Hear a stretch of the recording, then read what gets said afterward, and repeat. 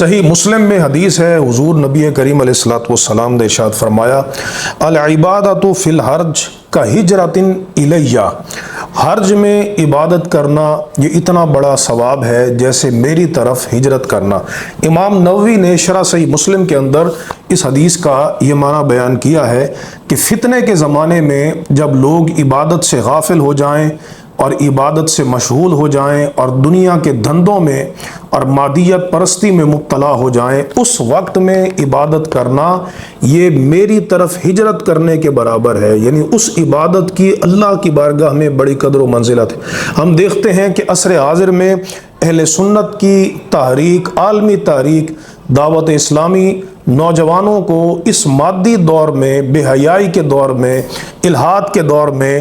اور غفلت کے دور میں اور مادہ پرستی کے دور میں ان کو عبادت کی طرف لے کے آ رہے ہیں، نبی کریم علیہ السلام کی سنتوں کی طرف لے کے آ رہے ہیں۔ نوجوانوں میں اللہ رب العزت کی خشیت، اس کا خوف پیدا ہو رہا ہے۔ یہ ایک بڑی خوشائن بات ہے اور یہ اس تحریک کا ایک انقلابی اقدام ہے اور اللہ تبارک و تعالیٰ کا فضل و کرم ہے۔ بالخصوص اس تنظیم پر اللہ تعالیٰ کی جو رحمت ہے اور نبی کریم علیہ السلام کی جو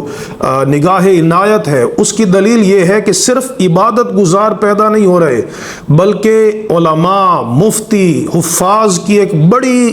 تعداد، ہزارہا کی تعداد میں ہر سال اہل سنت کو یہ مل رہے ہیں اور جو بڑے اخلاص کے ساتھ دین، قوم و ملت کی خدمت کر رہے ہیں۔ اللہ تبارک و تعالیٰ اس تنظیم پر اپنا خصوصی کرم فرمائے، اس کے معاونین پر، اور بالخصوص امیر اہل سنت مولانا الیاس عطار قادری رضوی دامت برکاتہم عالیہ، آپ کا سایہ تادیر ہمارے سروں پر سلامت رکھے۔ وآخر دعوانا ان الحمد للہ رب العالمین۔